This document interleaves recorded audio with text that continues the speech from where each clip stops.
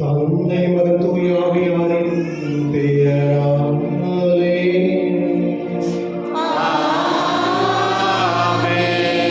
நம் ஆண்டவராகிய இயேசு கிறிஸ்துவின் அருளும் கடவுளினாலும் தூய ஆவியாரின் நட்புறவும் உங்கள் அனைவரோடும்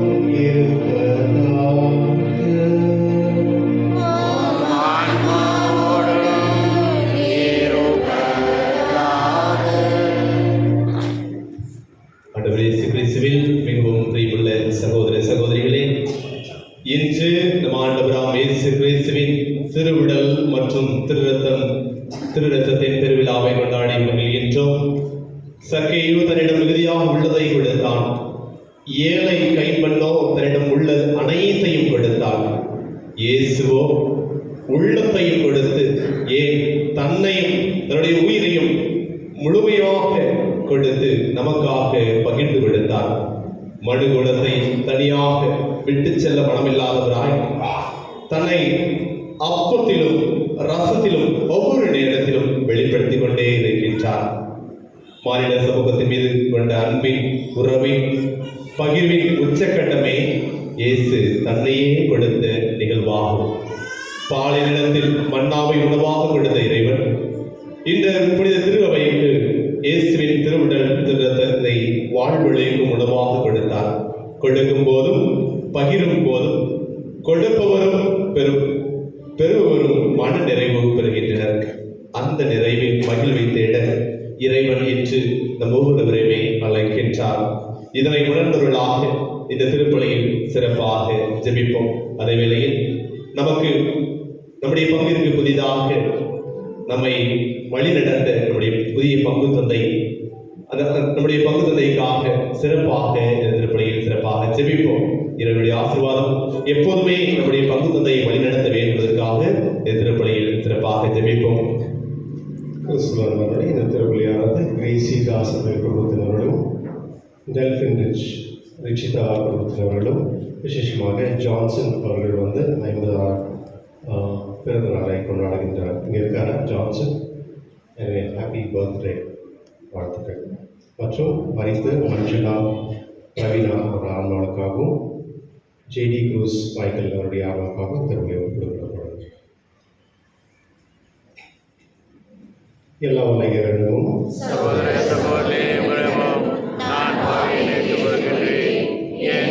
சிந்தனையாலும் சொல்லாலும் செயலாலும் கடமையில் தவறினாலும் பாவங்கள் பல செய்து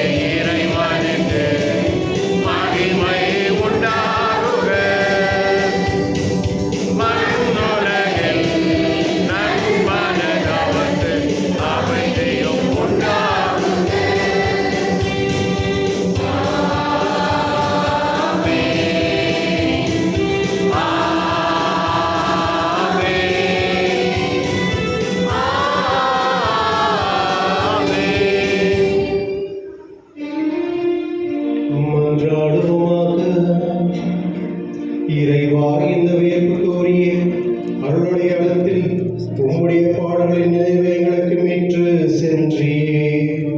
உம் திரு உடல் திரு இரத்தம் ஆகியவற்றின் தூய மறை பொருளை வணங்கும் நாங்கள் உமது மீட்பின் பயனை இடைவிடாமல் தோய்த்து உணர்ந்து மகிழ அருள்வீராக. மது மீட்பின் பயனாக தந்தையாக இறைவனோடு தூய ஆவி என்ற ஒன்றிப்பில் இறைவனா என்று வாழ்ந்து ஆட்சி செய்கின்ற உம்மை மன்றாடுகின்றோம்.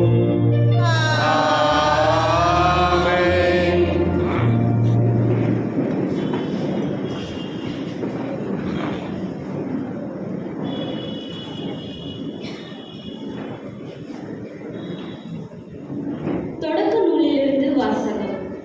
அந்நாள்களில் சாலேம் அரசர் மெல்கிசதேக்குக்கு அப்பமும் திராட்சை ரசமும் கொண்டு வந்தார். அவர் உன்னத கடவுளின் அர்ச்சகராக இருந்தார். அவர் ஆபிராமை வாழ்த்தி, விண்ணுலகையும் மண்ணுலகையும் தோற்றுவித்த உன்னத கடவுள் ஆபிராமுக்கு ஆசி வழங்குவாராக. உன் எதிரிகளை உன்னிடம் ஒப்புவித்த உன்னத கடவுள் போற்றி போற்றி என்றார். அப்பொழுது ஆபிராம் எல்லாவற்றிலிருந்தும் அவருக்கு 10இல் ஒரு பங்கை கொடுத்தார். ஆண்டவரின் அருள்வாக்கு.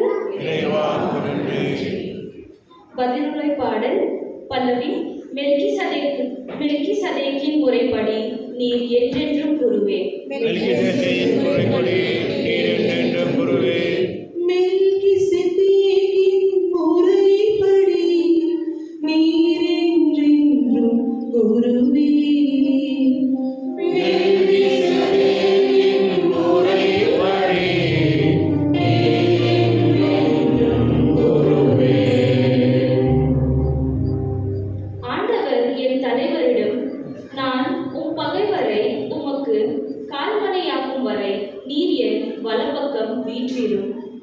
என்று உரைத்தார்.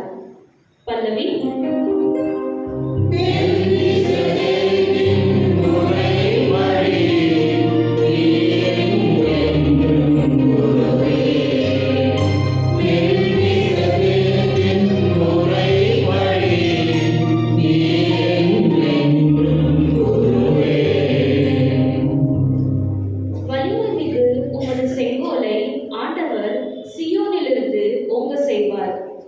எதிரிகளிடையே ஆட்சி செலுத்தும்.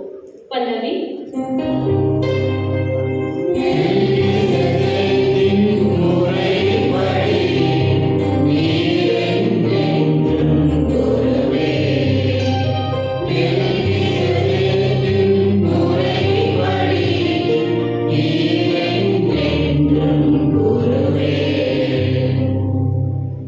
நீர் உமது படைக்கு தலைமை தாங்கும் நாளில் தூய கோலத்துடன் மக்கள் தம்மை உவந்தளிப்பர். வைகரை கருவிருந்த பனியைப் போல இளம் வீரர் உம்மை வந்தடைவர். பல்லவி.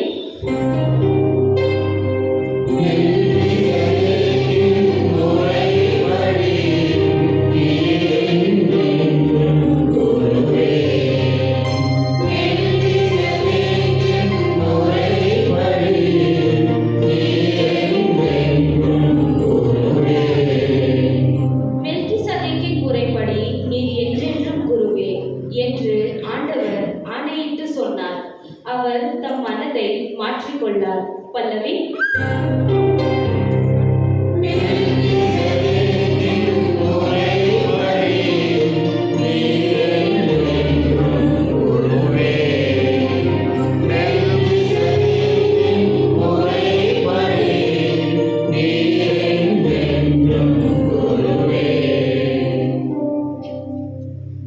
திருத்தூதர் பவுல் கொரிந்தியருக்கு எழுதிய முதல் திருமுகத்திலிருந்து வாசகம்.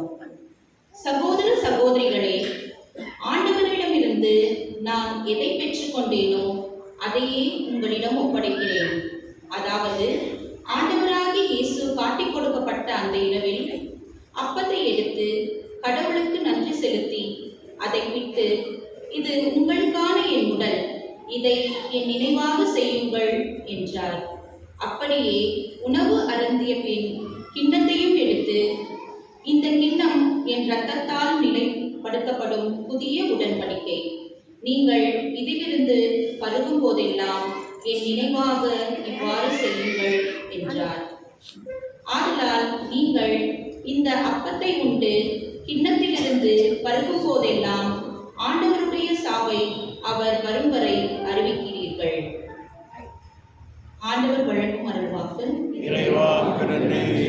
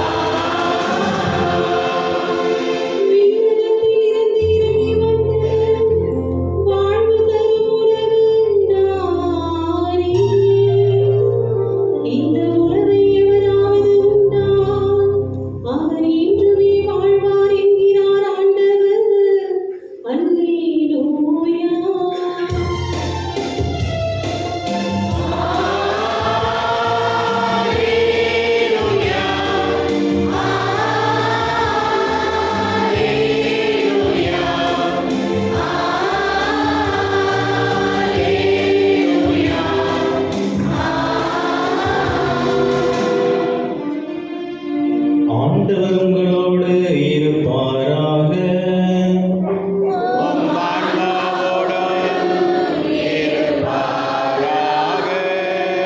லூக்கா எழுதிய நற்செய்தியிலிருந்து வாசகம்.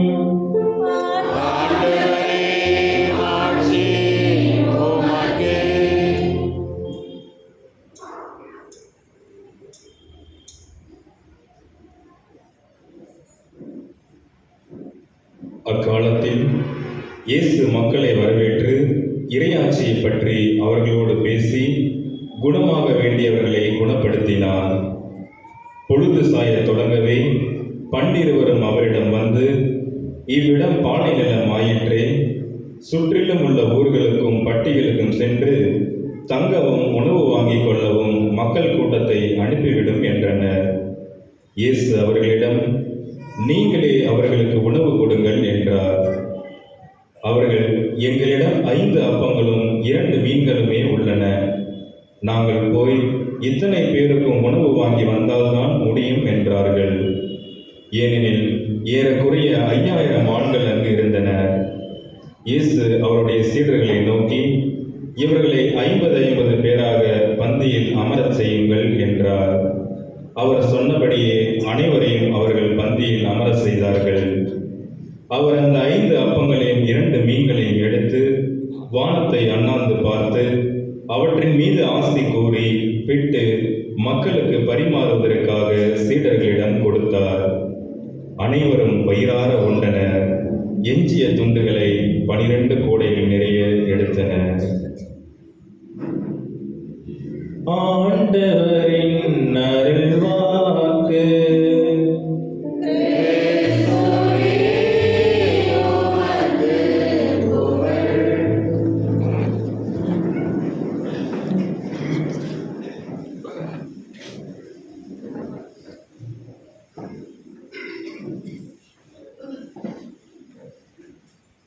கிறிஸ்துவின் அன்பானவர்களே, ரொம்ப வருஷங்கள் ஆயிடுச்சு நான் தமிழ் பூசை வச்சு. ஸோ அதில் எதாவது மிஸ்டேக் இருந்துச்சுன்னா இன்னைக்கு அட்ஜஸ்ட் பண்ணிடுறோம். ஒரு முறை பூசை வைக்கிறப்ப இதே மாதிரி நான் சொல்லிட்டே இருக்கேன். ஒரு நியூஸ் பேப்பரில் யூஸ்வலாக நீங்கள் நியூஸ் பேப்பர் பார்த்தீங்கன்னா ஆட்ஸ் போடுவாங்க. பிக்சர்ஸ் போடுவாங்க. நிறைய பே பண்ணணும் ஜனங்க, ரொம்ப காஸ்ட்லி கூட ஆட்ஸ் எல்லாம் போடணும் அப்படின்னா. பார்த்துருப்பீங்க நீங்கள், பேஸ்ட்டு சோப்பு இதெல்லாம் போட்டுருப்பாங்க. யூஸ்வலாக வந்து அப்படி தான் ஏதாவது ஒரு பொருளுக்காக தான் போடுவாங்க. ஆனால் ஒரு புதுசாக அந்த பெரியவங்க ஓகே சீட் கொடுங்க கொஞ்சம் யாரும். தேங்க்யூ. ஒரு புதுதாக ஒரு ஆட் போட்டிருந்தாங்க ஒருத்தர். அது படித்த பிறகு ப்ரொஃபஸர் தான் எனக்கு சொன்னார். அது படித்த பிறகு அவருக்கே ஒரு மாதிரி ஆச்சரியமாக இருந்தது. என்ன அப்படின்னா, ஒரு அம்மா வந்து ஒரு ஆட் போட்டிருக்காங்க. என்ன அப்படின்னு சொன்னால், அவங்க ஒரு ஸ்டோரி அப்படின்னு சொல்கிறாங்க. டியர் ஃப்ரெண்ட்ஸ் அப்படின்னு சொல்லிட்டு மக்களுக்கு சொல்கிறாங்க. என்ன சொல்கிறாங்கன்னா, அந்த ஸ்டோரி இப்படி போகுது. நான் இப்போ தான் வந்து என்னுடைய பையனுடைய இந்த மரணத்தை வந்து செமெட்ரியில் போயிட்டு நான் முடிச்சுட்டு நான் வந்து இந்த லெட்டர் உங்களுக்கு எழுதுறேன் அப்படின்ட்டு அவங்க எழுதியிருக்காங்க, தொடங்குறாங்க. என்ன அப்படின்னா, ஒரு நாளைக்கு முன்ன ஒரு விபத்து நடந்தது. அதனால் அவங்க பையன் வந்து இறந்துட்டான். ஆனால் அந்த பையன் இறந்ததுக்கு முன்னே வந்து அந்த அந்த பையன் ஃபோன் பண்ணியிருக்கான் அம்மாவுக்கு. எனக்கு 1 மணி நேரம் வேலை இருக்குது, நான் வந்து கொஞ்சம் லேட் ஆகும், அதனால் நீங்கள் சாப்பிடுங்க, நான் வரது லேட் ஆகிறதுனால நான் வந்து அப்பா சாப்பிட்றேன். அம்மா சொல்கிறாங்க, இல்லைம்மா நீ வரவில்லை, நான் வெயிட் பண்ணுறேன், அப்பா சாப்பிடலாம். நான் சொல்கிறேன், அம்மா நீங்கள் ரொம்ப நல்லவங்க, எனக்கு ரொம்ப பிடிச்சவங்க நீங்கள். இதுவரையும் நீங்கள் இந்த மாதிரி ஒரு அம்மாவை நான் பார்த்ததே கிடையாது. ஏன் அப்படின்னா, அதாவது அந்த ஏன்றது வந்து அந்த அம்மா விவரிக்கிறாங்க. இந்த பையன் வந்து சின்ன பையன் இருக்கும் பொழுது அவனுக்கு சரியான படிப்பு அறிவு இல்லை. அதனால் அந்த அம்மா ரொம்ப கஷ்டப்படுறாங்க, அந்த பையனை எப்படியாவது படிக்க வைக்கணும், ஏதாவது பண்ணணும் அப்படின்னு. ஸோ அந்த பையன் வந்து 10th வந்து ரொம்ப கஷ்டப்பட்டு பாஸ் ஆகிறான். ப்ளஸ் 11th 12th கூட ரொம்ப கஷ்டப்பட்டுருக்கான். ஆனால் அந்த அம்மா தான் போயிட்டு நிறைய முயற்சி எடுக்கிறாங்க. அந்த பையனை எப்படியாவது வளர்த்துணும், எப்படியாவது அந்த பையனுக்கு வந்து முயற்சி பண்ணி அந்த மேலே வரணும் அப்படின்னு. கடைசியில் அந்த பையனும் 12th பாஸ் ஆகிட்டு, சரி வேறு வழி இல்லை, இதுக்கு மேல் படிக்க முடியாததுனால வேலைக்கு போகிறான். சரி ஒரு 20-22 வயசு தான், வேலைக்கு போகிறான். வேலைக்கு போயிட்டு மாதந்தோறும் சம்பாதிச்சுட்டு அம்மாவுக்கு கொடுக்குறான். அது நல்ல பையன் தான். ஆனால் அந்த வார்த்தையை வந்து அவன் சொல்கிறான், அம்மா நீங்கள் ரொம்ப நல்லவங்க, என்னுடைய வாழ்க்கையில் வந்து இந்த மாதிரி ஒரு அம்மா வந்து எனக்கு வாழ்க்கையில் இந்த வேலை கிடைச்சதில்ல, அதுக்காக நான் கடவுள் நன்றி சொல்கிறேன் அப்படின்னு சொல்கிறான். அந்த அம்மாவும் மறுபடியும் முயற்சி செஞ்சாங்க. அவப்பா நீ கூட எனக்கு நல்ல பையன் தான், உன்ன மாதிரி எனக்கு வேறு பையனே கிடையாது அப்படின்னு அவங்க சொல்கிறதுக்கு முன்னே அந்த ஃபோன் கட் ஆகிடும். சரி இந்த பையன் வர போகிறான் அப்படின்னு சொல்லிட்டு வெயிட் பண்ணுறாங்க. பார்த்தா போலீஸ் ஸ்டேஷன்லேருந்து ஃபோன் வந்து இந்த பையன் வந்து இறந்துட்டான் அப்படின்னு. அந்த அம்மா வந்து அதெல்லாம் முடிச்சிட்டு பிறகு அந்த லெட்டரில் அவங்க என்ன எழுதுகிறாங்க, என்ன கம்யூனிகேட் பண்ணுறாங்க அப்படின்னா, டெத்து எப்போ வேணாலும் வரும், தெரியாது யார் எப்போ இருக்காங்க. ஆனால் அதுக்கு முன்னே வந்து ஏதாவது ஒரு சம்பந்தம் இருந்துச்சுன்னா அது எப்போதுமே ஒரு என்ன சொல்கிறது பகிர்ந்து கொள்ளணும் அப்படின்னு சொல்கிறாங்க. அது பகிர்ந்து கொள்ளணும். அந்த அம்மா அப்படியே தொடர்றாங்க. அந்த லெட்டரில் என்ன தொடர்றாங்கன்னா, அந்த ப்ரெசன்ஸ் ஆஃப் த பர்சன் அப்படின்றாங்க. அந்த என்னுடைய மகன் இல்லாதது வந்து எனக்கு எத்தனை என்ன கஷ்டங்கள் இருக்குது. என் பையன் இருக்கும் பொழுது அவன் சரியாக படிக்கல, எனக்கு பிரச்சனை இருந்தது, ஆனால் பரவாயில்ல. என் பையன் இருக்கும் பொழுது அவன் சரியாக வந்து சில கீழ்ப்படிதெல்லாம் இல்லாமல் இருக்கலாம், அதுவும் பரவாயில்ல. ஆனால் அவன் இல்லாமல் இருக்கும் பொழுது எனக்கு தாங்க முடியல, இது பெரிய கஷ்டமாக இருக்குது எனக்கு அப்படின்ட்டு அந்த லெட்டர் எழுதுறாங்க. இது ஒரு வித்தியாசமாக இருந்தது. இந்த கதை நம்மளுக்கு என்ன சொல்ல வருதுன்னா, ப்ரெசன்ஸ். ஒரு மனிதனுடைய என்ன சொல்கிறது, நம்ம கூட இருக்கும் பொழுது அதனுடைய வேல்யூ வந்து நம்ம எப்படி கொடுக்குறோம். அதே ஒரு பர்சன் நம்ம விட்டு நம்ம போயிட்டு பிறகு அந்த பர்சனுக்கு நம்ம என்ன வேல்யூ கொடுக்குறோம், இதுதான் இன்றைக்கி வந்து திருச்சபையில் வந்து ஒரு பியூட்டிஃபுல்லான ஒரு காஸ்பல். இன்றைக்கி வந்து ஆண்டவர் இயேசு அவருடைய பிரசன்னத்தை வந்து நமக்காக விட்டு போயிருக்கார். அவர் இருக்கும் பொழுது இந்த உலகத்தில் இருக்கிற நிறைய பேர் வந்து யாருமே அவரை ஏற்றுக்கொள்ளல, அவர் யாருமே வந்து மதிக்கல கூட. அப்போஸ்தலர்கள் கூட அவங்களுக்கு சரியான புரிதல் கூட இருக்கல. ஆனால் அவர் விட்டு போன பிறகு தான் அது கூட இருந்தவங்களுடைய என்ன சொல்றது, அது அவர் இருந்தார், இது செஞ்சார், அது செஞ்சார் என்ற உணர்வு அவங்களுக்கு இருந்தது. ஆனால் உண்மையான கடவுள் எப்படின்னா, அவர் தன்னையே அவர் வந்து இந்த ஆழ்வில் வந்து தன்னையை விட்டு போயிருக்கார். அதனுடைய மகிழ்ச்சியான நாள் தான் ஆயிடுச்சு. இன்னைக்கு நற்செய்தி வந்து ரொம்ப பியூட்டிஃபுல்லான நற்செய்தி. அது பாயிண்ட் நம்ம எடுத்துட்டு போனோம்னா ரொம்ப அழகாக இருக்கு. முதல் வந்து வாசகம் வந்து இப்படி தொடங்குது. அக்காலத்தில் இயேசு மக்களை வரவேற்று இறை ஆட்சி பற்றி அவர்களோடு பேசி குணமாக வேண்டியவர்களை குணப்படுத்தினார். பாருங்க, ரொம்ப என்ன அழகா இருக்கு. அதாவது மக்களை வரவேற்று இறை ஆட்சி பற்றி பேசினார். அப்போ கடவுள் அப்படின்னு சொல்லும் பொழுது அவர் எப்பொழுதுமே இறையாட்சி பற்றி தான் பேசுவார். அப்போ யாரெல்லாம் கடவுளை விசுவாசிக்கிறார்களோ அவர் அனைவருமே இறையாட்சி பற்றி மட்டும்தான் நம்ம பேசுவோம். நம்ம என்ன பேசுகிறோம்? கதையெல்லாம் பேசுகிறோம் இல்லையா? தேவையில்லாத விஷயத்தெல்லாம் பேசுகிறோம். இறையாட்சி என்பது என்ன? கடவுளுடைய அன்பும் மக்களுடைய அன்பும் இது ரெண்டும் சேரணும். அதுதான் இறையாட்சி. இதெல்லாம் நல்ல குணங்கள் இருக்கு, இதெல்லாம் நல்ல விஷயங்கள் இருக்கு, அதெல்லாம் இறையாட்சி. இரண்டாவது, யாரெல்லாம் குணமாக வேண்டும் என்று விருப்பப்பட்டார்களோ அவரெல்லாம் குணப்படுத்தினார். அப்போ கடவுளுடைய வேலை என்ன அப்படின்னா மற்றவர்களை குணப்படுத்துறது. அது ஃபிசிக்கலாக இருக்கலாம், ஸ்பிரிச்சுவலாக இருக்கலாம், மென்டலி இருக்கலாம், ஏதாவது இருக்கலாம். கடவுள்கிட்ட நம்ம வரோம் அப்படின்னா ஏதாவது ஒரு என்ன சொல்றது, நம்ம குணப்படுத்திக்கணும். இப்போ நம்ம திருப்பலிக்கு வந்திருக்கோம். இந்த திருப்பலிக்கு வந்திருக்கிறதுனால ஏதோ ஒரு குறை என்கிட்ட இருக்கும். அது ஃபிசிக்கலி இல்லாமல் இருக்கலாம், ஆனால் அதை வந்து குணப்படுத்திக்கிறதுக்கு நம்ம முயற்சி செய்யணும். அது மென்டலி, ஃபிசிக்கலி ஏதாவது இருக்கலாம், ஸ்பிரிச்சுவலி, இல்லை நம்முடைய ஆன்மா சம்மந்தப்பட்டது எதாவது இருக்கலாம். பொழுது சாய தொடர்ந்து பன்னிருவரும் அவரிடம் வந்து இவ்விடம் பாலை நிலையமாயிற்று, சுற்றிலும் உள்ள ஊர்களுக்கு பட்டிகளுக்கு சென்று தங்கும், உணவு வாங்கிக்கொள்ளவும் மக்களை கூட்டத்தை அனுப்பிவிடும் அப்படின்னு சொல்லுவாங்க. அவங்களுக்கு பாருங்க ஒரு கேட்கான். அப்போ சொல்லு இவ்வளோ ஜனங்கிறாங்களே, அங்கே சொல்கிறாங்க 5000 பேர் ஜனங்க மேலே இருந்தாங்க அப்படின்னு. அப்போது சாப்பாடு போடுறோம், சாயந்தரம் ஆயிடுச்சு, ஊரில் அங்கே போய் சாப்பிடுவாங்க, அமுச்சு விடுவாங்க அப்படின்றார். அப்போது அவர் காதலேருந்து பேசிக்கிறாருன்னு அர்த்தம் இல்லையா? ஓகே, நேற்று கூட எங்கள் பேரிஷ் கவுன்சில் மீட்டிங் நடந்தது. ஆல்மோஸ்ட் 3 hours நடந்தது. பட் யாரும் எழுச்சி போனேன் கட்சியோட இருந்தாங்க. அது ஆயிட்ட பிறகு இயேசு வந்து அவர் சொல்கிறார், அவரிடம் நீங்களே அவர்களுக்கு உணவு கொடுங்கள் இருக்கிறார். இதுதான் ரொம்ப இம்பார்ட்டண்டான ஒரு மக்கள்கிட்ட வந்து மக்களை கஷ்டத்தை பார்த்து அப்போஸ்தலர் சொல்கிறாங்க, அனுப்பிச்சு விட்டுருங்க சீக்கிரம். ஆனால் கடவுள் வந்து பாருங்களேன், நீங்களே ஏதாவது கொடுங்க. எங்களுக்கு கொடுப்பாங்க 5000 பேருக்கு வந்து என்ன போய் வாங்கிட்டு வர முடியுமா? அவங்க அந்த லாஜிக்காக பேசுகிறாங்க கூட. 5000 பேருக்கு நான் போயிட்டு எங்கேருந்து வாங்கிட்டு போதும் வாங்கிட்டு தான் வரணும் அப்படின்னு சொல்கிறாங்க. அப்பொழுது அவர் வந்து எல்லாரையும் அமர சொல்லுங்க அப்படின்னு சொல்கிறாரு. 50 பேர். கடைசியில் வந்து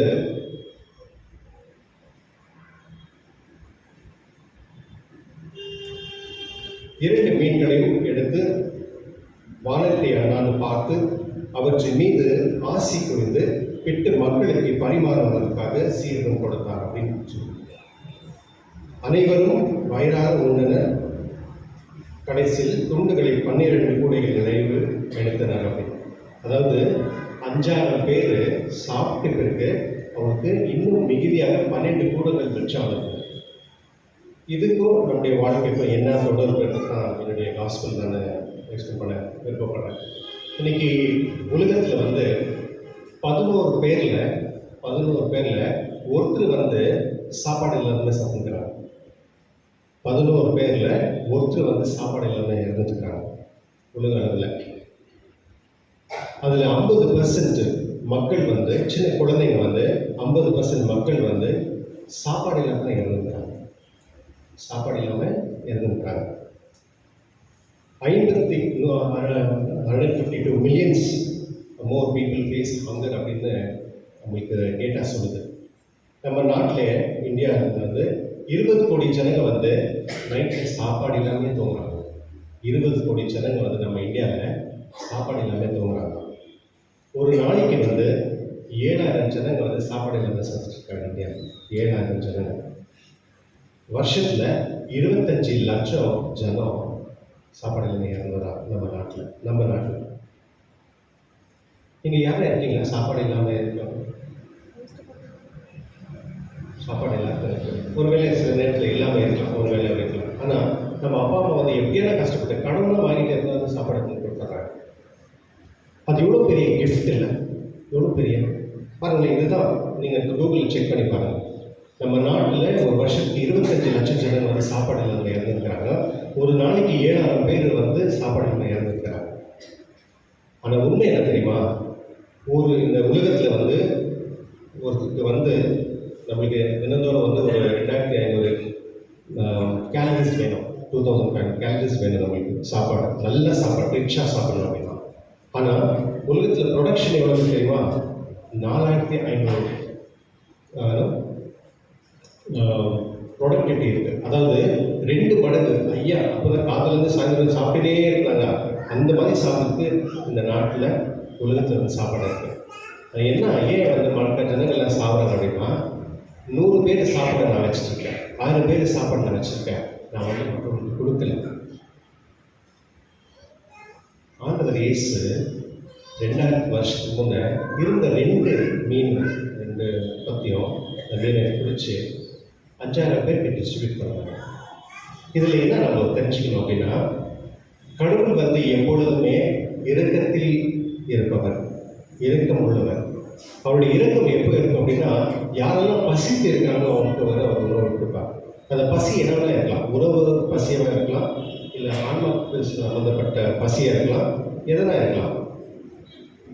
அந்த உணவு பெற்றுக்கொண்டு தான் தினந்தோறும் நம்ம திருவள்ளிக்கு வரணும். ஒரு முறை நம்ம திருவள்ளியில் பங்கு கொள்ளும் பொழுது ஏதோ ஒரு பசியாக நம்ம வர வேண்டும். அந்த பசியை நீக்கிறது தான் கடவுள் நம்மகிட்ட வந்து இருக்கிறார். அது பசியை நீக்கிறார். அந்த பசி என்றது என்னன்னா மன அமைதி, அந்த மன சந்தோஷம். எப்பொழுதுமே கடவுளுடைய விசுவாசத்தில் வாழ்வதற்கு எப்பொழுதும் ஒரு திருப்தி என்ற ஒரு மன திருப்தி அப்படின்ற ஒரு ஆசீர்வாதம் கடவுள் கொடுப்பார். அதனால தான் நம்ம திருவள்ளிக்கே வரோம். இந்த திருவள்ளிக்கு வரக்கூடிய நோக்கமே, அந்த பசியை நம்ம வரும் பொழுது கடவுள் வந்து அவருடைய உடலை வந்து நமக்கு உணவாக கொடுத்து அந்த உணவு மூலமா நம்ம நிறைவுபடுத்துகிறார். நமக்கு நிறைய குறைகள் இருக்கலாம், நம்ம பாவிகளாக கூட நம்ம திருப்பலிக்கு வரோம்.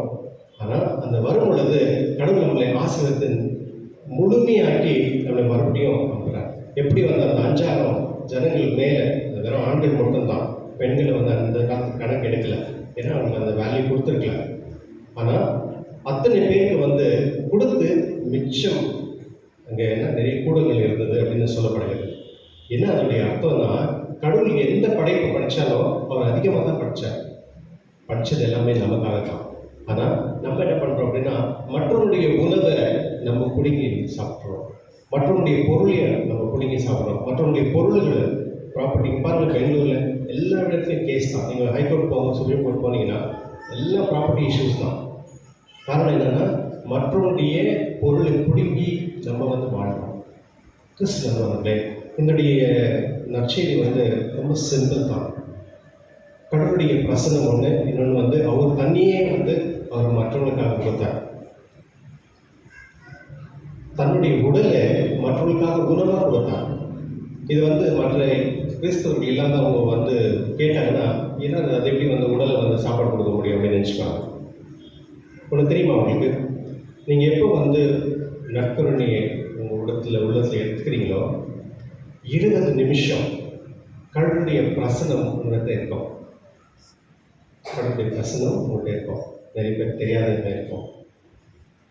அதனால தான் அந்த காலத்தில் எப்போ சொல்லுவாங்க, எப்போ நம்ம அந்த கம்யூனியன் ரிசீவ் பண்ணுற பிறகு மெதுவாக அமைதியாக சமாதானத்தோடு வீட்டுக்கு போயிட்டு ஜபத்தோடு அந்த அந்த நாள் முழுமையே நம்ம பிரேயர்ஃபுல்லாக இருக்கணும் அப்படின்னு சொல்லுவாங்க.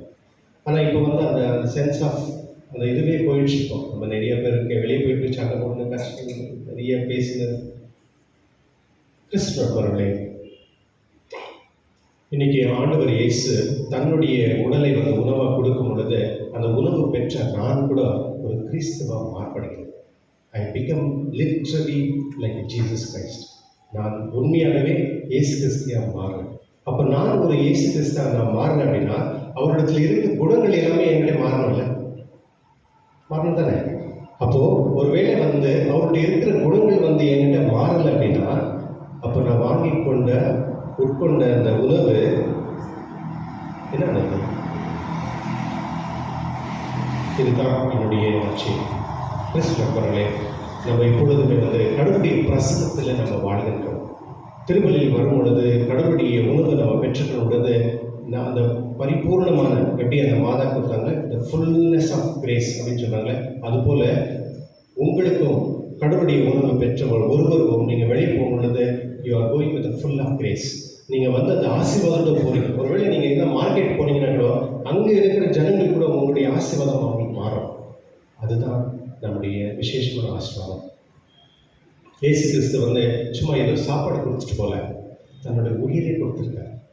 தன்னுடைய உயிர், அந்த உயிர் என்னோட உயிர், என்னுடைய, அதாவது ஆண்டவருடைய உயிர் என்னிடத்தில் வாழும் பொழுது அந்த உயிர் வந்து மற்றொரு உயிர் கொடுக்கணும். அவரோட உயிரை பிரிக்கக்கூடாது.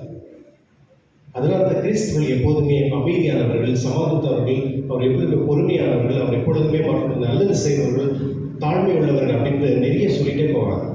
இந்த குணங்கள் தான் நம்மகிட்ட இருக்கிறோம். ஆகையினால என்னுடைய திருப்பலி நாம் கடலுக்கு ஜெபிப்போம். இறைவா, உன்னுடைய உடலை நான் பெற்றுக்கொள்ளும் பொழுது அந்த உணவு வந்து என்னுடைய சரீரத்தில் முழுமையாக பிரசன்னத்தோடு இருக்கும் பொழுது நான் எப்பொழுதுமே ஒரு நல்ல மனிதனாக மற்றொரு சேவை செய்யக்கூடிய தன்மையை கொண்டு எல்லாரையும் மதிக்கிற மாதிரி, எல்லாத்தையும் சமாதானம் இருக்கணும், எல்லார்ட்டையும் ஒரு சந்தோஷமாக இருக்கும்படி, எல்லாரையும் ஒற்றுமையாக இருக்கும்படியே கேட்ட அந்த ஞானமும் அறிவை தரும்படி என்று சொல்லி இந்த திருமணியில் மன்றாடி கடவுளத்தில் அவருடைய பிரசனத்தை கேட்டு மற்ற அந்த பிரசனத்தின் மூலயமா நாமும் மற்ற கிறிஸ்தவ வாழ மற்றும் நம்மோடு மற்றொரு வாழக்கூடிய ஜனங்களோடு நம்ம சமாதானத்தை வாழ தேவருக்கு வரப்பு தரும்படி இந்த திருவள்ளியும் மன்றாடுவோம்.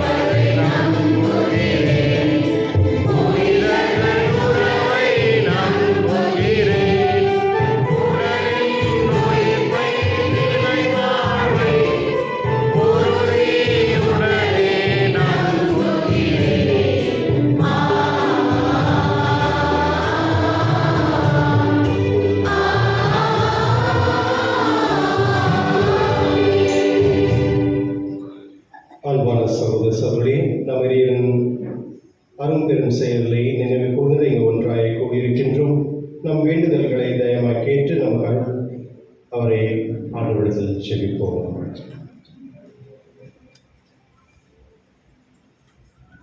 உங்கள் பதில்: ஆண்டவரே, உங்கள் மன்றாட்டை கேட்டருளும்.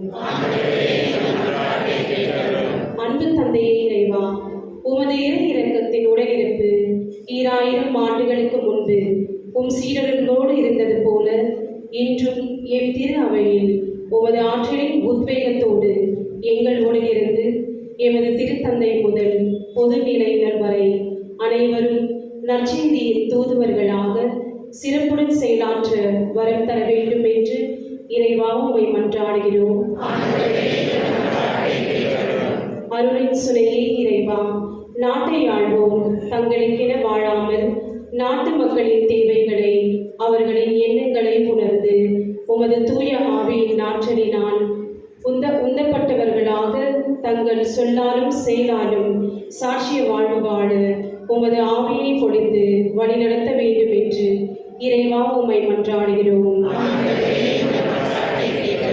படைப்புகளின் இறைவா, உலகளாவிய புவியில் வெப்பமயமாதல், பல்வேறு இயற்கை மாற்றங்கள், சுற்றுச்சூழலில் ஏற்படுகின்ற மாசுகள் அனைத்தும் மனித வாழ்வில் குழந்தைகள் முதல் பெரியோர்கள் வரை அனைவருக்கும் ஏற்படுத்தும் நோய்களிலிருந்து நாங்கள் முற்றிலுமாக விடுபட்டு நலமுடன் வாழ உதவிட வேண்டும் என்று இறைவா உம்மை மன்றாடுகிறோம். எங்களின் நாயகனே இறைவா, நாங்கள் அனைவரும் ஏழைகளுக்கும், வறியோருக்கும், ஆதரவற்றோருக்கும், கைம்பெண்களுக்கும், தனிமையில் வாழ்வோருக்கும், ஜாதி, மதம், இனம், மொழி ஆகிய வேறுபாடுகளை தாண்டி உதவி புரிய தேவையான நல்மனதை தர வேண்டும் என்று இறைவா உம்மை மன்றாடுகிறோம். நமது தனிப்பட்ட கருத்துக்களுக்காக இறைவனிடம் மன்றாடுவோம்.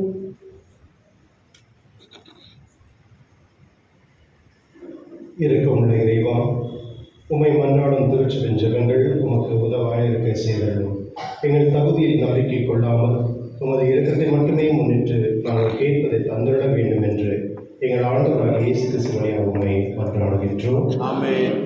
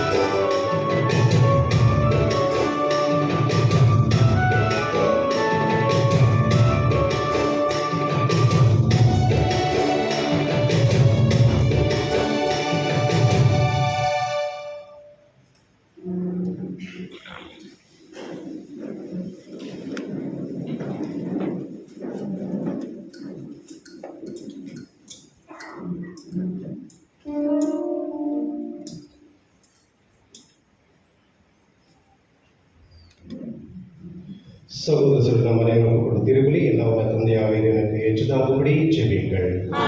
நமது பேரே நோய்க்காகவும் ஆட்சிக்காகவும் நமது நன்மைக்காகவும் எனக்கு நலனுக்காகவும் உமது கையில் ஏற்றுக்கொள்வாராக. ஆண்டவரே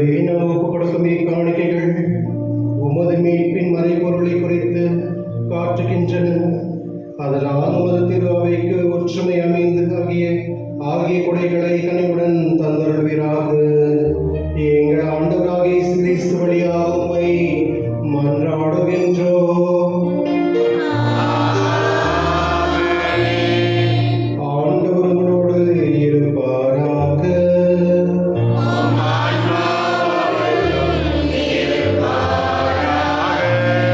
இதயங்களை மேலே எழுப்புங்கள்.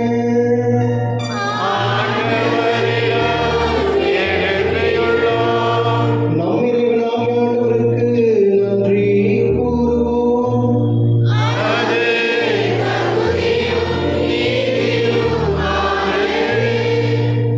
ஆண்டவரே, தூயவரான தந்தையே, என்றும் உம்மை எல்லாம் உள்ள இறைவா, எந்நாளும் எவ்விடத்தில் நாங்கள் உமக்கு நன்றி செலுத்துவது மெய்யாகவே தகுதி நீதியுமாகும், எங்கள் கடமையும் மீட்புக்குரிய செயலுமாகும். கிறிஸ்தன் தம் திருத்தூதர்களுடன் இறுதி இரவில் இருந்து அருந்தகையில் சிலுவையின் மீட்பு அளிக்கும் நினைவு இக்காலத்துக்கும் நிலைத்திருக்க செய்தார். நிறை புகழ்ச்சியின் ஏற்புடைய கொடையாகவும் மாசற்ற செம்மறியாகவும் தம்மையே உமக்கு ஒப்புக் கொடுத்தார். இவ்வாறு வணக்கத்திற்கு உரிய இந்த மறைபொருளை நீர் உம் நம்பிக்கை உள்ளருக்கு உணவாக தந்து அவர்களை புனிதப்படுத்தினீர். இதனால் ஒரே உலகில் வாழும் மனித இன்னும் ஒரே நம்பிக்கையை பெற்று ஒரே அன்பினால் பிணைக்கப்படுகின்றனர். எனவே உமது அருளில் இனிமையை நிறைவாக சுவைத்து நாங்கள் விண்ணக சாயலை பெறுமாறு இத்துணை வியப்பத்துக்கு உரிய அருளத்தின் விருந்தில் நாங்கள் பங்கு பெறுகின்றோம். ஆகவே விண்ணகத்தில் இருக்கும் மண்ணகத்தில் இருக்கும் உள்ள அனைத்து உம்மை தொடர்ந்து வணங்கி புதிதொரு பண்படுகின்றன. வானதூதர்கள் அணிகள் அனைத்தோடு நாங்கள் சேர்ந்து முடிவின்றி பாடுவதாவது.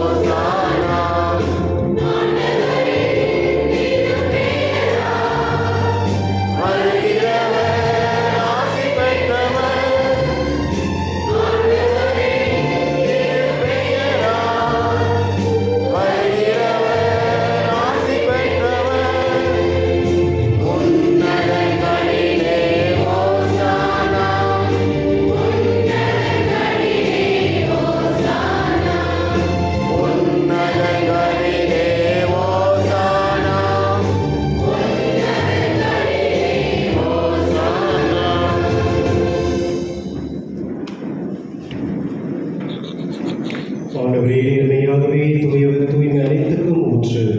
ஆகவே உம்முடைய ஆவியை பொழிந்து இக்காணிகளை தூய்மைப்படுத்த உம்மை வேண்டுகின்றோம். இவ்வாறு எங்கள் ஆண்டவர் இயேசு கிறிஸ்துவின் உடலும் இரத்தமாக எங்களுக்கு இவை மாறுமளவாக.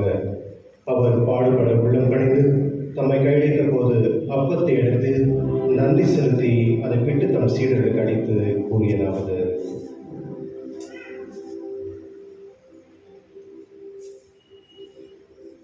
அனைவரும் இதிலிருந்து பெற்று உண்ணுங்கள், ஏனெனில் இது உங்களுக்காக கையளிக்கப்படும் என் உடல்.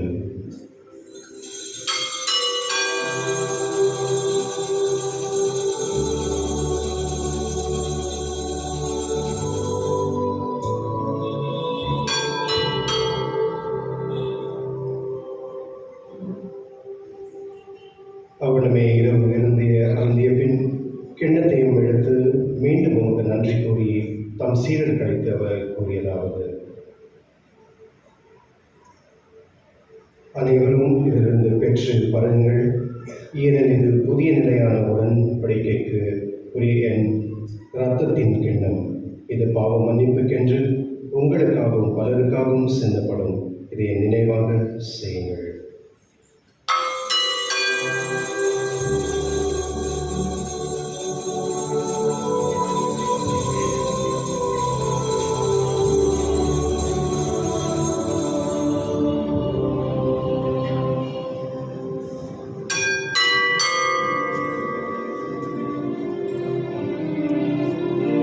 நம்பிக்கையின் மறைபொருள்.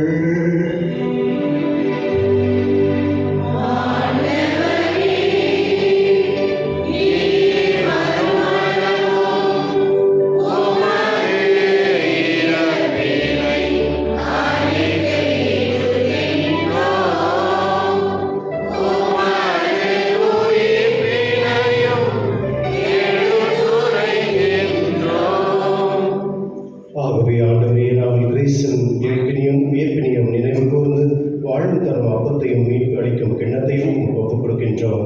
உம் திருமுன் நின்று உமக்கு ஊழியம் புரிய தகுந்துள்ள நிலையங்களை ஏற்றுக்கொண்டீர். எனவே உமக்கு நன்றி செலுத்துகின்றோம். மேலும் கிறிஸ்துவின் உடலிலும் இரத்தத்திலும் பங்கு கொள்ளும் எங்களை தூயாய் ஒன்றாய் ஒன்று சேர்க்க வேண்டும் என உம்மை தாழ்மையுடன் மன்றாடுகின்றோம்.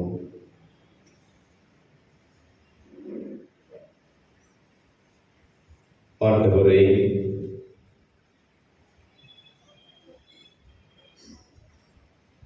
உமது திருவை நினைவு கூர்ந்தருளும்.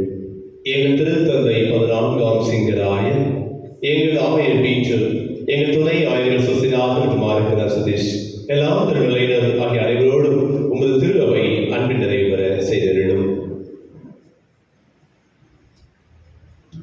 உயிர் தினம் எதிர்நோக்குடன் துயில்களும் எங்கள் சகோதர சகோதரிகளையும் இறந்தோர் அனைவரையும் இரக்கத்துடன் நினைவு கூர்ந்து உமது திருமக ஒளியின் உயிர்த்தருளும். எங்கள் அனைவர் மீதும் இரக்கமாயும். கடவுளின் கனி தாயான புனித மரியா, அவருடைய கணவரான புனித யோசேப்பு, புனித திருத்தூதர்கள், இவ்வுலகில் உந்தவராய் இருந்தோராகிய புனிதர் அனைவருடன் நாங்கள் வாழ்வில் பங்கு கொள்ளும் தகுதி பெற்று உம் திருமகன் இயேசு கிறிஸ்து வழியாக உம்மை பொழுதைத்து வரமருள உம்மை மன்றாடுகின்றோம்.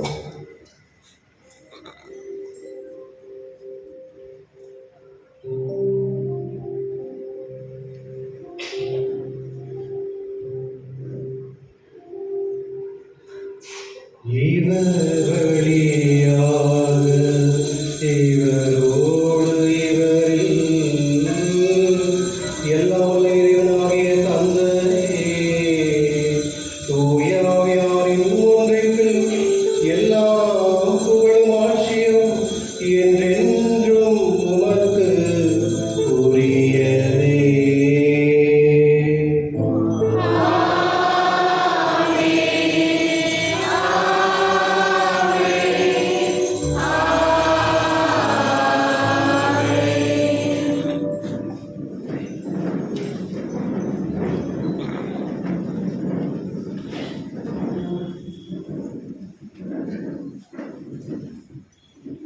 கிறிஸ்துவ அவர்களே,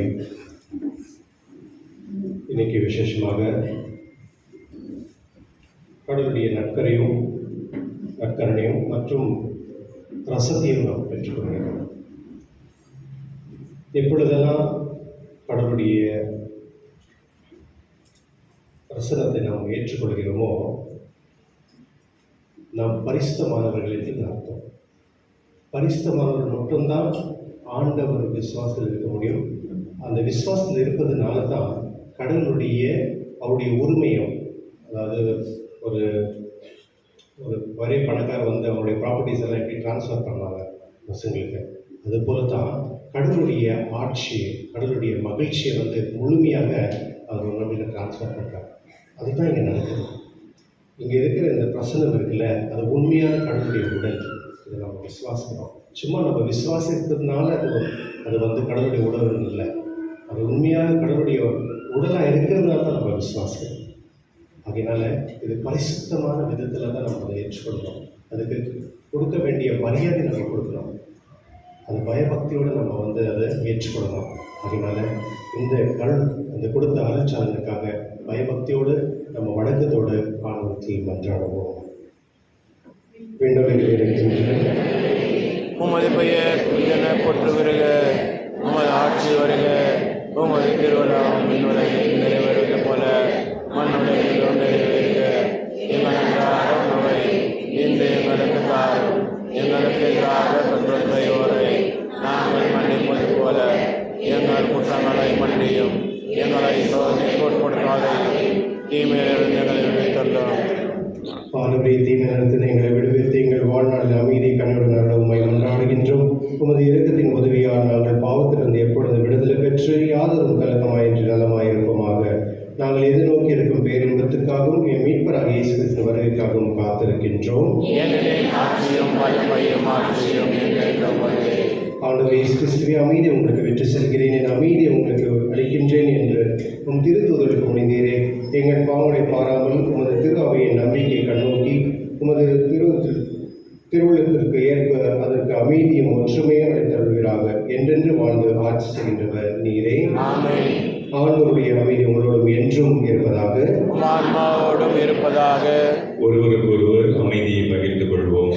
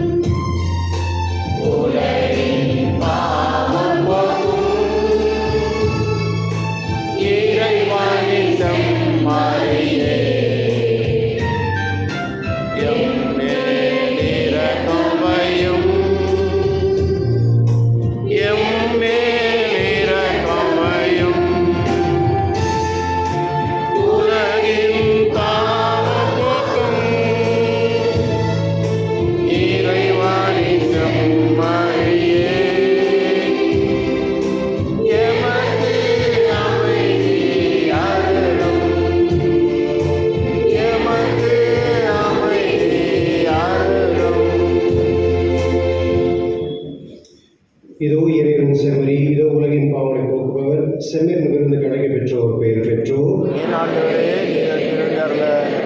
நான் தகுதியற்றவர், ஆனால் ஒரு வார்த்தை மற்றும் சொல்லியற்றம் எனது ஆன்மா நலமுடையும்.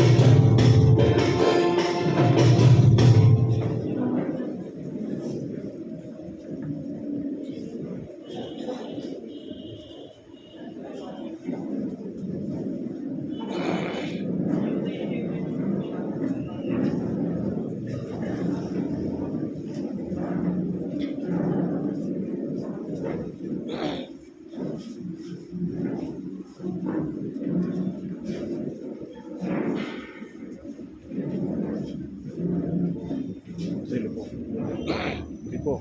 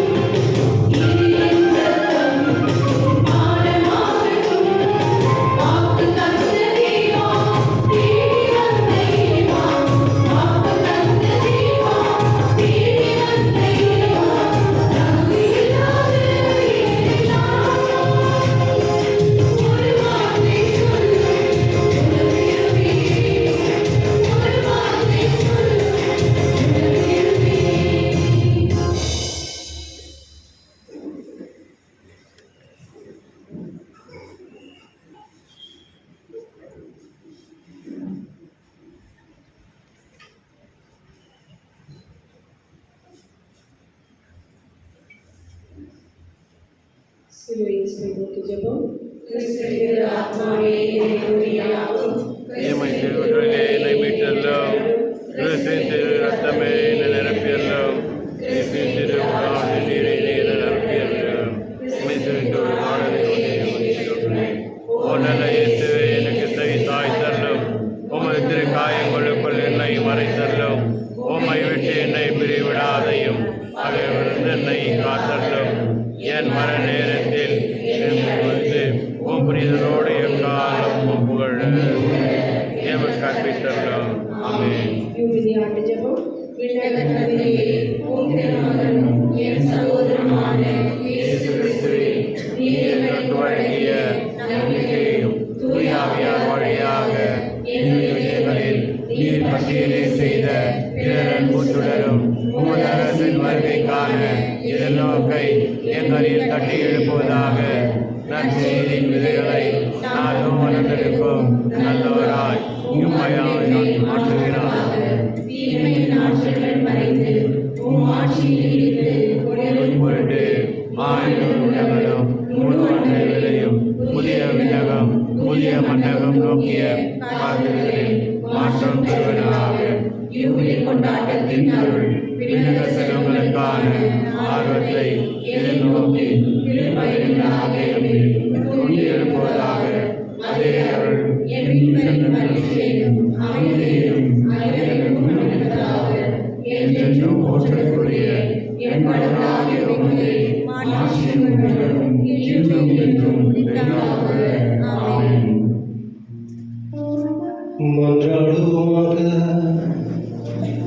ஆண்டவரே, உயிர் மதிப்புள்ளவும் திரு உடலையும் திரு இரத்தத்தையும் நாங்கள் இவ்வுலகில் உட்கொள்வது உமது இறைத்தன்மையை சுவைத்து இன்பறுவதன் முன்னடையாளமாக திகழ்கின்றது. அதனால் நாங்கள் அப்பெருக இன்பத்தில் என்றென்று மகிழ்ந்திருக்க அருள் புரிவீராக. என்றென்று வாழ்ந்து ஆட்சி செய்கின்றோம், மன்றாடுகின்றோம்.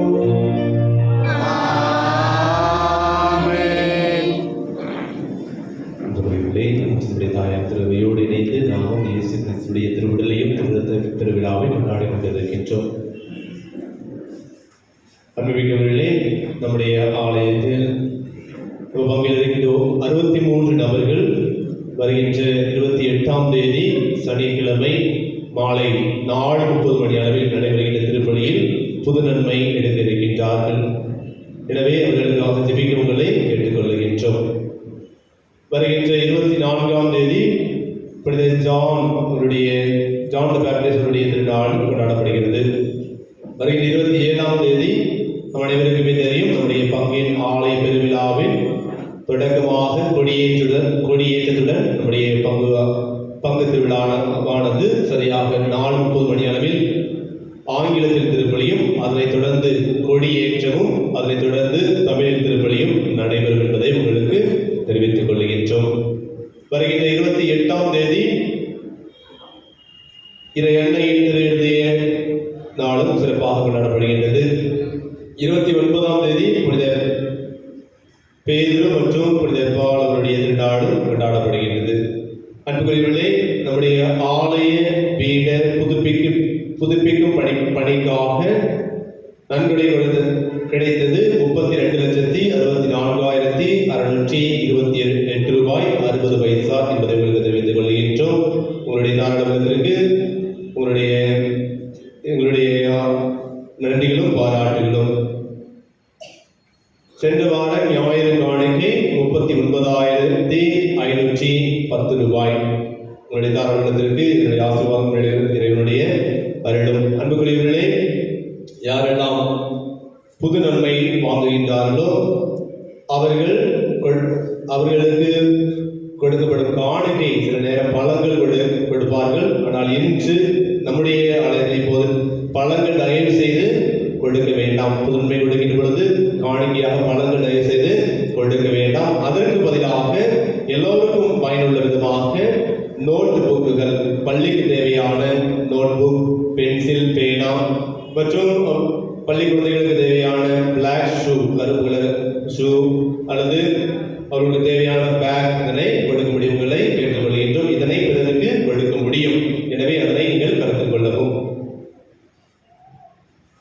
அன்புக்குரியவர்களே, புதுநன்மை வாங்குகின்ற குழந்தைகளுக்கு வருகின்ற 25ஆம் தேதி ஒப்புரவு சார்ந்த பாவ சங்கீதமானது கொடுக்கப்படுகின்றது. எனவே அந்த நாளில் அவர்களுக்கு மாலை 4 மணி முதல் 6 மணி வரை சிறப்பு அவர்களை தயார்படுத்தும் விதமாக அவர்களுக்கு சிறப்பு வகுப்புகள் நடைபெறுகின்றது. அது குழந்தைகளுக்கு மட்டும் ஒப்புரவு அருட்சாதனம் கிடையாது, அவருடைய பெற்றோர்களும் தயவு செய்து ஒப்புரவு அருட்சாதனம் பெறும்படி உங்களை கேட்டுக்கொள்கின்றோம். எனவே அவர்கள் முதலாக இயேசு கிறிஸ்துவை எடுக்கவிருக்கின்றார்கள் அல்லது வாங்க இருக்கின்றார்கள். எனவே பெற்றோர்களோடு இணைந்து குடும்பமாக தயார்படும்படி உங்களை கேட்டுக்கொள்கின்றோம். எனவே வருகின்ற 25ஆம் தேதி புதுநன்மை எடுக்கின்ற குழந்தைகளுக்கும் அவருடைய பெற்றோர்களுக்கும் ஒப்புரவு சாதனம் கொடுக்கப்படும் என்பதை உங்களுக்கு தெரிவித்துக் கொள்கின்றோம். அன்புக்குரியவர்களே, நாம் அனைவருமே கடைசி நிமிடத்தில் வந்து சில நேரத்தில் நபர்கள் கடைசி நிமிடம் சாக்ரிஸ்டிக்கு சென்று மாஸ் இன்டென்ஸ் கொடுக்கின்றார்கள். இதை தயவு செய்து தவிர்க்கும்படி உங்களுக்கு கேட்டுக்கொள்கின்றோம். மாஸ் இன்டென்ஷன் அல்லது மாசுக்கு கொடுக்கப்படும் மாணிக்கவர்களெல்லாம் அந்த கடைசி நிமிடத்தில் சாக்ரிஸ்டி சென்று உங்களுடைய பெயர்களை கொடுக்க வேண்டிய அவசியம் இல்லை. தயவு செய்ததை கொடுக்காதீர்கள். நீங்கள் மாஸ் இன்டென்ஸ் கொடுக்க வேண்டும் என்றால் நம்முடைய பங்கு அலுவலகத்தில் மட்டுமே மாஸ் ஒப்பு கொடுப்படி உங்களை கேட்டுக்கொள்கின்றோம். தயவு செய்து சாக்ரிஸ்டிக்கு சென்று மாசை ஒப்பு கொடுக்க அனுமதி கிடையாது என்பதை உங்களுக்கு தெளிவுடன் தெரிவித்துக் கொள்கிறோம். யாராவது கடைசி நேரத்தில் விருப்பப்பட்டால் மாச கடைசி கொடுக்க வேண்டிய அவசியம் இல்லை. நீங்கள் ஆலயத்திற்கு வந்து முழுமையான திருப்பலியை பங்கு பெறுங்கள். உங்களுடைய வேண்டுதல்கள் நிறைவேற்றப்படும் என்பதை உங்களுக்கு தெரிவித்துக் கொள்கின்றோம். அது மட்டுமல்லாமல் யாராவது நன்கொடை கொடுக்க விரும்பினால் வேற யாருக்கும் நீங்கள் ஃபாதர் சொன்னாங்க, அப்படி சிஸ்டர் சொன்னாங்கன்னு சொல்லிட்டு வேற யாரும் கொடுக்க வேண்டிய அவசியம் கிடையாது. உங்களுக்கு நன்கொடை ஆலயத்துக்கு நன்கொடை கொடுக்க வேண்டும் என்று விரும்பினால் நீங்கள் ஆலய அலுவலகத்திற்கு சென்று அல்லது பங்கு சந்தையை பார்த்து நேரில் சென்று உங்களுடைய நன்கொடைகளை கொடுக்கும்படி கேட்டுக்கொள்கின்றோம். எனவே அதனை நீங்கள் கருத்தில் கொள்ளும்படி உங்களை கேட்டுக்கொள்கின்றோம். அனைவரும் எழுந்து நின்று நம்முடைய இறுதி ஆசிரியருக்காக எழுந்திருப்போம்.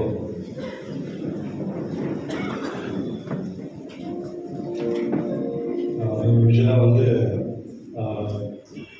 புது பாரிஸ் ஸ்டேஷன் வந்து ஏதாவது அனௌன்ஸ் பண்ணுவாங்க. நான் எதிர்பார்த்தது யாராவது வந்து அனௌன்ஸ் பண்ணுவாங்க. ஓகே, நல்லா பாரிஸ் பேஸ்ட்டு ஏற்கனவே உங்களுக்கு தெரியும். ஓகே, இது ஃபஸ்ட்டு பாரிஸ்டைய டாப் அப்படின்னு சொல்லுவாங்க. நம்முடைய திருச்சியில் வந்து one of the best parish அப்படின்னு சொல்லுவோம். த என்டையர் பாரிஷ் இந்த டயசிஸில் one of the best parish. ஏன் அப்படின்னா மனிதனுக்கு வந்து இதயம் வந்து ரொம்ப இம்பார்ட்டன்ட். இந்த திருச்சியில் வந்து கட்டுறது எல்லாமே எப்படி இந்த சின்ன சின்ன கட்டடம் கட்டும் பொழுது செங்கல் அதெல்லாம் போட்டு கட்டுவாங்கல்ல, அதுபோல் இது சின்ன சின்ன இதயத்தினால கட்டின இந்த கோயில். இது வந்து ஒரு என்ன சொல்ற ஹையஸ்ட் கிரேஸ் உள்ள இருக்கிற ஒரு பாரிஷ். இந்த பாரிஷ் வந்து ஒரு டிஃப்ரெண்ட் மாடலாக மாறணும். ஏற்கனவே மாடலாக இருக்குது, இன்னும் நம்ம வந்து மற்ற பாரிஷ்கெல்லாம் ஒரு மாடலாக இருக்கணும். அது இல்லாமல் இந்த பங்கு வந்து இதயத்தில் தொடர்ந்த ஒரு பங்கு. அதாவது யாருக்கெல்லாம் இதயம் இருக்கோ அவங்க எல்லாருமே ஒன்றா கொடுக்கும். நம்முடைய நோக்கம் என்ன இருக்கணும் அப்படின்னா, ஃபர்ஸ்ட் ஆஃப் ஆல் ஒற்றுமை. நம்ம டயசிஸில் வந்து பெரிய பிரச்சனை எல்லாம் ஒற்றுமை இருக்குது, அது இல்லை. எங்கே கடவுளுடைய பிரசன்னம் இருக்கோ அங்கே ஒற்றுமை இருக்கும். எங்கே வந்து கடவுளுடைய பிரசன்னம் இருக்கோ அங்கே வந்து அமைதி இருக்கும், சமாதானம் இருக்கும். இதுதான் கடவுளுடைய ஆசீர்வாதம். இந்த பங்கில் நம்ம எல்லாரும் செய்யக்கூடியது என்னென்னா, எல்லாருமே ஒரே குடும்ப மக்களாக நாம் வந்து விசுவாசத்தின் மூலமாக இந்த திருச்சபை நம்ம அன்பில் கொண்டு போகிறோம். அதுதான் நம்முடைய முயற்சி. அதனால நம்ம அனைவரும் சேர்ந்து ஒன்றாய் வேலை செய்வோம். ஒன்றாய் ஒற்றுமையோடு எது தேவை இருக்குது இந்த திருச்சபைக்கு, எது நீர் இருக்குது பார்த்துட்டு ஒருவருக்கு ஒருவர் பகிர்ந்து கொண்டு எப்படி கடவுள் தன்னுடைய உடலை வந்து மற்றவங்களுக்கு பகிர்ந்து கொடுத்தாரோ அதே போல் நாம் எல்லாம் சேர்ந்து ஒன்றா சேர்ந்து நம்மகிட்ட என்ன இருக்கோ அது மற்றவங்களுக்கு பகிர்ந்து கொள்ள தன்மையை நம்ம வந்து வளர்த்து முயற்சி செய்வோம். ஸோ அனைவருக்கும் வாழ்த்துக்கள். Always available. Okay, always available. இந்த 2 months வந்து நான் இன்னும் என்னுடைய ட்ரான்ஸ்ஃபர் இன்னும் சரியாகலை. இன்னும் ஒரு 3 மாதத்துக்கு அதை மற்ற ஒரு ஃபாதர்ஸ் நான் ட்ரெயின் பண்ணோம். அது பெரிய பொறுப்பாக பிஎம்எஸ் இருந்தது. அதனால் ஃபர்ஸ்ட் ஆஃப் இங்கே இருப்பேன், செகண்ட் ஆஃப் நான் பிஷப் ஹவுஸில் இருப்பேன். ஒரு 2-3 மந்த்ஸில் நான் முடிச்சுட்டு வந்துடுவேன். I be available. இந்த ஃபீஸ்ட் வந்து ஒரு விசேஷமான ஒரு விஷயத்தை நம்ம டிசைட் பண்ணோம் நேற்று. ஒரு ஷாக்கிங் நியூஸ் கூட, நம்ம இந்த பங்கில் வந்து 140 பேர் வந்து சிக் பீப்புள் இருக்காங்க. அவங்க வந்து 140 பேர் கம்யூனிட்டி டிஸ்ட்ரிபியூஷன் ஆகுது. அவங்களுக்கு வந்து வாய்ப்பே இல்லை திருப்பலி வர்றதுக்கு. அதனால் நாங்கள் என்ன டிசிஷன் எடுத்துட்டோம்னா, பாரிஷ் கவுன்சில் மெம்பர்ஸ் எல்லாம் வந்து அந்த 140 பேரையும் அந்த ஃபீஸ்ட் அன்னைக்கு வந்து இங்கே கொண்டு வருவாங்க. அது அவங்க ரெஸ்பான்சிபிலிட்டி. அவங்களே டிரான்ஸ்போர்ட்டேஷன் கொண்டு வந்து எல்லாரையும் கொண்டு வந்து அவங்களுக்கு முழுமையான ஒரு சந்தோஷமான ஒரு அந்த திருப்பலியில் பங்கு கொள்ளக்கூடிய அந்த அனுபவம் வந்து நம்ம ஏற்படுத்தி கொடுக்கணும். ஒன்று, அதே சமயத்தில் அவங்க ஃபெஸ்டிவாக அவங்க என்ன விருப்பப்படுறாங்க சாப்பிட்றதுனால அதெல்லாம் அந்த திருச்சபை எடுத்துப்போம். அந்த மாதிரி நாங்கள் பிளான் பண்ணியிருக்கோம். அதனால் வீட்டில் இருக்கிறவங்க வந்து நீங்கள் வந்து உங்கள் ஃபேமிலி இருக்கவங்க ப்ரிப்பேர் பண்ணுங்கள். ஜஸ்ட் நெக்ஸ்ட் சண்டே தானே, அதனால் அவங்களுக்கு ப்ரிப்பேர் பண்ணி நாங்கள் மட்டும் அனௌன்ஸ் பண்ணுறோம். அதுக்கேற்ற மாதிரி நம்ம ப்ரிப்பேர் பண்ணணும். ஆண்டவர்களோடு இருப்பாராக.